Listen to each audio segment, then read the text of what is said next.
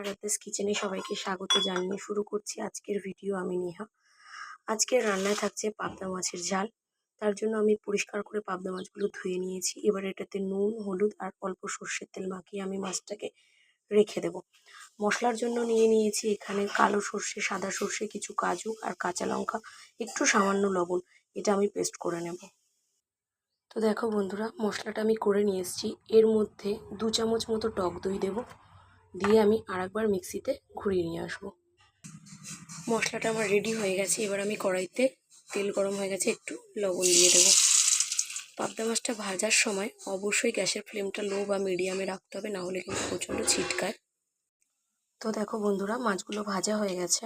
এবার এই বাকি তেলটার মধ্যে ফোড়নের জন্য দেবো সামান্য কালো জিরে, 2-3টে চেরা কাঁচা লঙ্কা আর একটু গ্রেট করে রাখা টমেটো।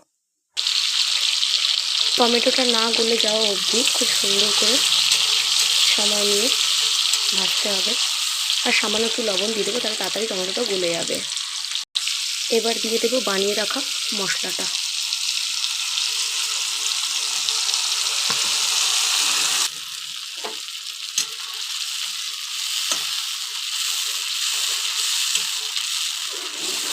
এই মশলাটা দিয়ে গ্যাসের ফ্লেমটা কিন্তু একদম লো করে দিতে হবে।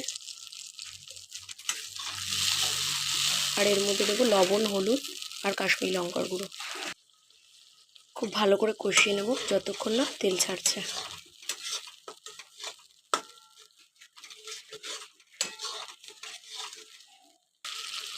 এবার দেবো সামান্য চিনি। যেহেতু টক দই ব্যবহার করেছি সেহেতু একটু চিনি দিলে স্বাদটার ব্যালেন্স হবে। তো দেখো বন্ধুরা, মশলাটা খুব ভালো করে আমি কষিয়ে নিয়েছি। মশলা থেকে তেল ছেড়ে এসছে। এবার আমি সামান্য জল ব্যবহার করব। জলটা দিয়ে এবার ঢাকা দিয়ে রাখবো যতক্ষণ না ঝোলটা ফুটে উঠছে ভালো করে। ঝোল ফুটে উঠেছে। এবার একে একে আমি মাছগুলো ঝোলের মধ্যে ছেড়ে দেব। মাছগুলো দিয়ে দিয়েছি, এবার ঢাকা দিয়ে রাখবো। মাছটা কিন্তু বারবার খুন্তি দিয়ে নাড়ানো যাবে না, সাঁড়াশি ধরে আস্তে আস্তে এইভাবে নাড়াতে হবে, তাহলে মাছটা ভাঙবে না। ঝোলটা মোটামুটি কমে এসেছে। এবার আমি দিয়ে দেবো সামান্য গরম মশলা আর দিয়ে দেবো কুচিয়ে রাখা কিছু ধনেপাতা। দিয়ে আমি সাঁড়াশিটা দিয়ে আস্তে করে নাড়িয়ে দেব, কারণ পাবদা মাছ খুবই নরম, ভেঙে যায় বারবার খুন্তি দিলে। এবার ঢাকা দিয়ে রেখে দেবো একেবারে গ্যাসের ফ্লেমটা লো করে, তেল ছাড়ার জন্য। তো দেখো বন্ধুরা, রান্নাটা আমার হয়ে গেছে। এবার আমি গ্যাসটা অফ করে দিয়ে নামিয়ে নেব।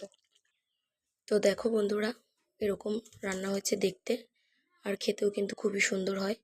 তোমরা খেয়ে একবার হলেও টেস্ট করে দেখো এইভাবে রান্না করে। আর ভালো লাগলে ভিডিওটি লাইক, কমেন্ট, শেয়ার করতে ভুলো না। আর চ্যানেলটি সাবস্ক্রাইব করো।